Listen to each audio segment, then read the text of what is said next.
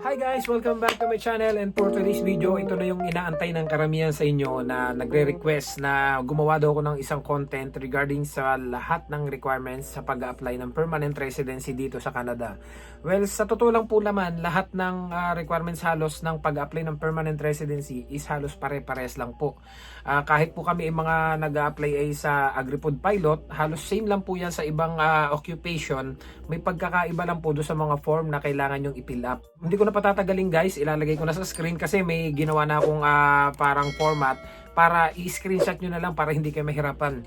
Kasi ito yung request ng karamihan na gusto mag-apply. Inuna ko lang muna to yung mga requirements kasi bago ko gawan yung DIY application, kumpleto na kayo ng requirements. Kasi yung iba may planong mag-apply pero kulang-kulang ang mga requirements. So hindi po kayo makakapag-proceed ng application kung kulang ang inyong mga requirements. So hindi ko na patatagalin guys. Ilalagay ko po ngayon sa screen. So kayo po yung bilang main applicant kung kayo po yung nag-a-apply. Sasabihin ko din mamaya yung requirements ng mga dependent nyo, yung anak ninyo, yung asawa ninyo. So sa ngayon, unahin ko lang muna kayo yung as bilang main applicant. Ito po yung main applicant requirements na kailangan nyong ipasa. Unang-una is yung birth certificate, passport, marriage certificate, kung kayo po ay married, syempre, marriage certificate, at kung kayo po ay high school diploma, kung kayo ay high school graduate, at college diploma naman po, kung kayo ay college graduate. Kailangan din po siya ng college transcript or TOR. Even sa high school diploma po, sinamahan ko din siya ng TOR. And then sa digital passport photo po, para malinaw sa inyo, ito po yung isang example. Ito po yung picture ko, yung digital passport photo ko, pero kailangan po, may nakanote po doon sa requirements na kailangan sa likod ng inyong digital passport photo. I don't know kung nakikita nyo sa screen. Ito po, nakalagay po dito yung address ng studio and kung kailan siya kinunan, yung picture na yon, and then nakalagay yung name nung nasa photo, nakalagay po dito, at nakalagay po yung birth date nung nasa photo.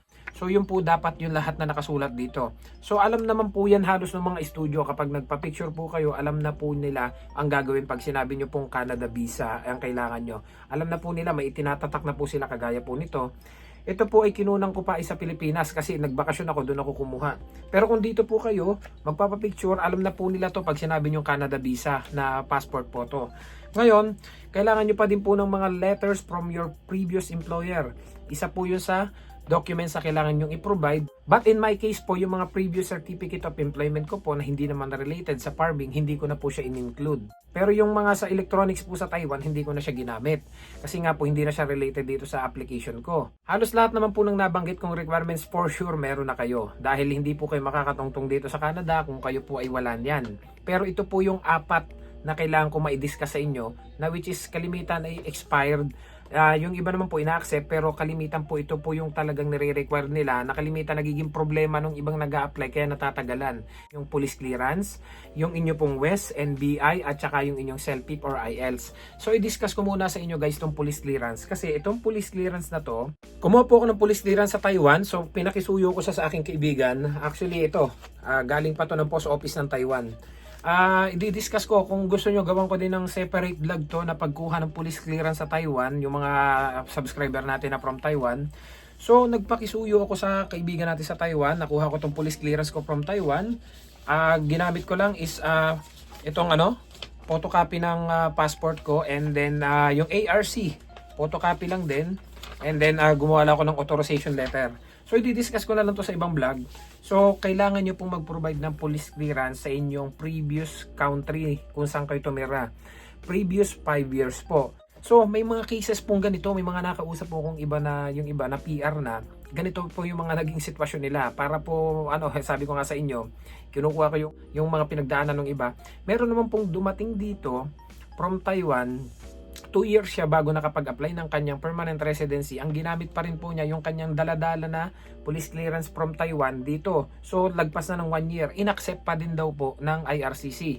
So hindi na siya hinanapan ng ng bagong police clearance. May mga cases din naman po na yung iba, ang police clearance nila is expired na, hinanap naman. So anong nangyari, nakapasok na yung papel niya, ni-required siyang mag-provide ng panibagong police clearance from Taiwan. So anong nangyari, natagalan siya.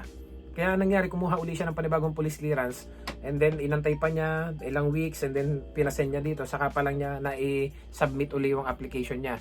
Kaya I suggest guys, kung gusto niyo magsigurado, at may plano kayo mag-apply ng PR application, much better kung may chance kumuha na kayo ng police clearance nyo, kumuha na po kayo. Kasi sabi ko nga doon sa mga galing Middle East din, kung may plano kayo mag-Canada, bago kayo umalis dyan, kumuha na kayo ng inyong mga police clearance. Kasi I think, yung iba naman po kasi ino-honored kahit expired.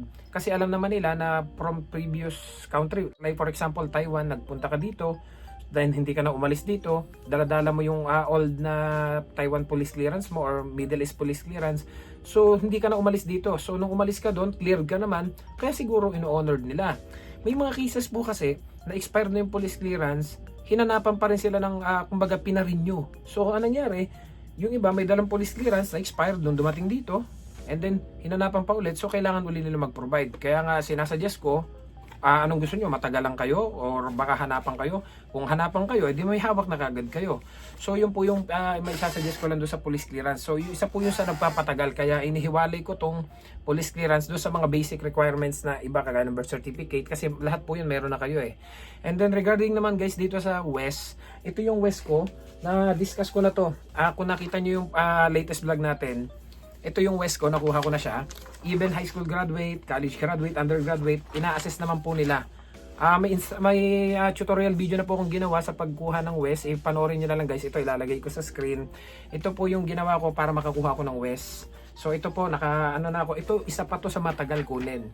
Kaya doon sa mga nagsasabi na no educational requirement na naman daw, sa totoo lang po, marami naman na nagsasabi na nakapasok yung papel nila without West. Pero may mga kausap po kasi ako na hinanapan pa rin ng West eh.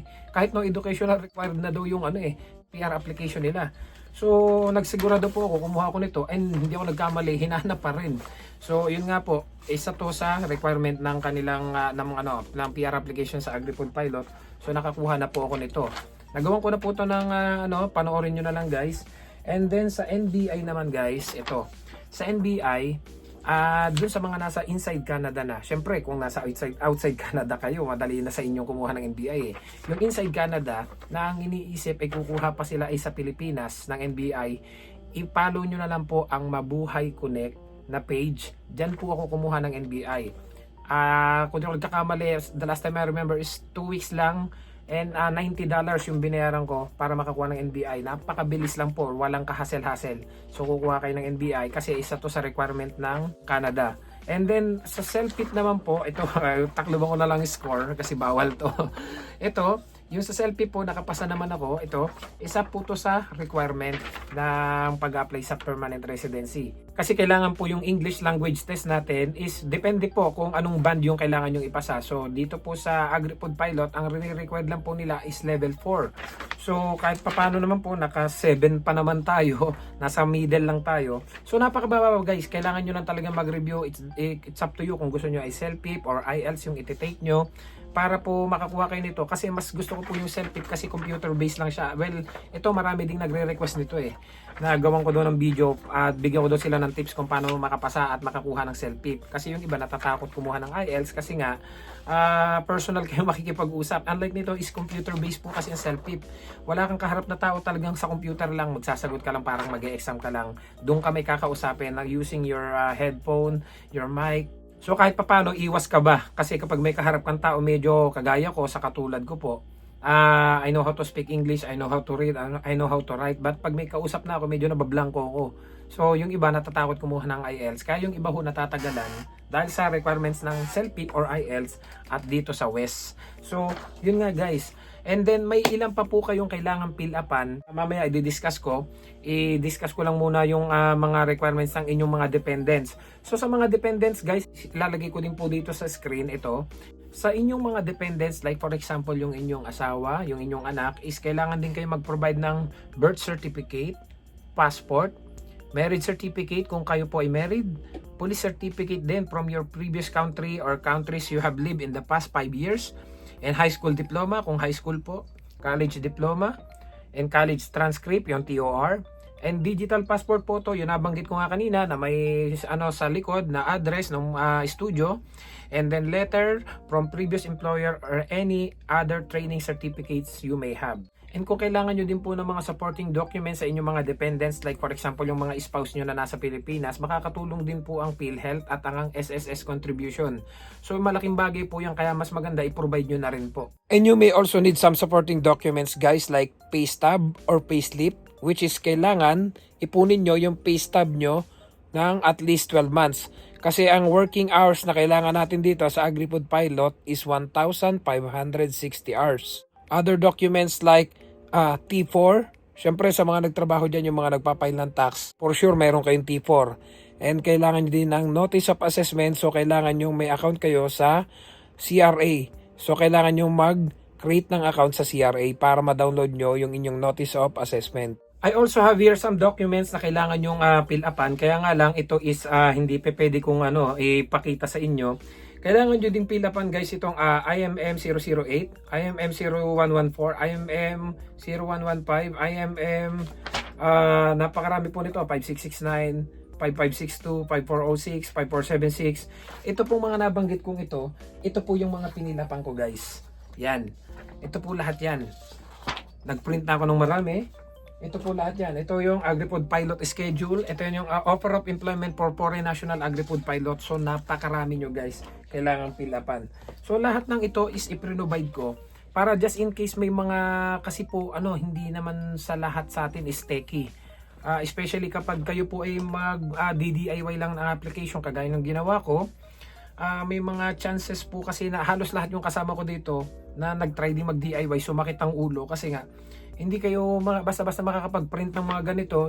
You need to download an Adobe Acrobat, and then hindi din nyo basta-basta siya mabview kasi basta yun din yung pinagdaanan ng mga kasama ko, akala ko ako lang na hindi daw nila mabview yung kasi especially yung iba using yung cellphone lang nila yung gamit nila. Kaya I suggest guys, kung magdi-DIY kayo, sumadya kayo kahit mga second hand lang na laptop, kahit mga lang, ika nga yung mga lang 4 gig RAM lang, goods na yon. Kahit mga $100, $80 lang po na laptop kung kayo may planong mag-DIY, kasi makakatulong po talaga. Kaya yung ginagawa ko ngayon, ito sa computer ko, lahat ng application ko po is DIY lang.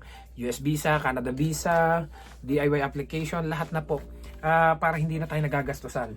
So ang totoo niyan, gusto ko sanang makatulong sa inyo dun sa mga may planong kagaya ko, yung mga kabaro natin na farm worker dito, na alam naman natin na kung gaano natin sinesave yung pera natin, para po mas makasave kayo kung ano po maitutulong ko para mag-apply po kayo ng AgriFood Pilot at makapag-apply po kayo ng permanent residency ninyo. Kasi hindi ko pa lang po siya nagagawa kasi I'm in the middle of the process of my permanent residency application. Actually lumabas yung eligibility ko po, letter ko ngayon, and then yung mga medical etc. lahat na po dumating na kaya inaantay ko na lang yung confirmation of permanent residency. So gusto ko po muna matapos lahat bago ko i-share sa inyo. Pero dun po sa may mga plano na mag-apply, kung may chance naman po mapupuntahan nyo ako dito, iset po natin yan. Actually nag-iisip ako na ganito gusto ko sanang sabay-sabayin kasi ang hirap po kung 1:1 kasi mauubos po yung oras ko, marami din po akong ginagawa. Gusto ko sana kung may mga plano kayo mag-apply ng permanent residency na may mga laptop kayo, pwede nyo akong bisitahin dito sa bahay, and then ilatag natin yung mga laptop nyo dyan, isa-isa ko sa inyo ituturo yung pag-apply ng permanent residency ng actual, dala-dala yung laptop ninyo. Or kung naman, gusto nyo naman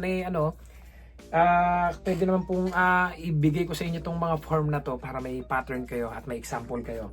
Nagprint na ako ng marami guys, para kahit papano makatulong doon sa mga kababayan natin na mag-DIY na lang kaysa magbayad kayo sa consultant. Tuturuan ko kayo kung paano mag-apply ng DIY lang na PR application ng inyong AgriFood na kahit paano makatulong naman sa inyo nang hindi na kayo nagagastusan. So itong mga to pre-provide ko, just in case gusto nyo mag-comment down below lang. Yung mga malalapit po dito sa area ko sa Abbotsford, I am willing to help you guys na makapag-apply ng permanent residency nyo. Hindi ko po kayo sisingilan. And dun sa malalayo naman na hindi ako pwedeng puntahan dito, i-email nyo ako. And kung gusto nyo talaga, ilalaan ko yung oras ko sa inyo. Ako magpa-process ng permanent residency ninyo. Kailangan lang nating pag-usapan yan ng maayos. Don't worry, hindi ako maniningil. Ang hiling ko lang ay i-provide nyo lahat yung documents nyo. Kasi ayoko po nung paulit-ulit tayo na kailangan mo nito, kailangan mo nito, kailangan mo nito. Ayoko po nung gusto ko ilatag mo lahat yung requirements, i-upload ko para sa inyo. Gagawin ko po kayo ng portal para maka-apply kayo ng permanent residency ninyo. Ito po itulong ko sa inyo bilang pasasalamat sa lahat ng mga nanonood lagi sa mga videos ko. Hindi po ako maniningil. Wala pong perang involved dito. Ang hiling ko lang sa inyo ay makuha nyo yung hinahangad nyo dito, na makuha nyo yung mga family ninyo, at pasasalamat ko din sa mga taong sumuporta dito sa channel ko. So pag-usapan natin guys, i-email nyo ako doon sa mga may planong mag-apply ng permanent residency. Just comment down below. Yung mga kapunta dito sa area ko, dito sa Abbotsford, puntahan nyo ako. Pwede set natin yan kung kailan yung day off ko. I can give you the list ng mga documents and some form na kailangan nyo pilapan. And doon sa mga naguguluhan, sa mga papipirmahan sa mga employer nila, bibigyan ko din kayo ng tips personally. Kasi may mga something na hindi ako ma-discuss dito sa vlog natin. Kasi alam ko, ang iba ko kontra.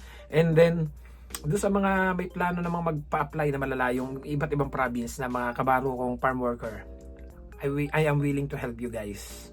So comment down below, send nyo ako ng message sa email ko, and then we can discuss about it. I will help you to apply for your permanent residency. Bukal po yan sa loob ko. Bilang pasasalamat sa mga blessing na natatanggap ko, sa binibigay ni Lord sa akin, sa mga nakukuha kong mga ganito, sa lahat-lahat. So ibabalik ko po yan sa tao.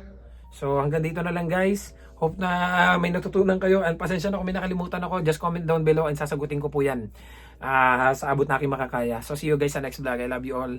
God bless. Good luck sa ating mga permanent residency application. I love you all. See you guys. Don't forget to subscribe, like, and share this video. I love you all. God bless. Bye-bye.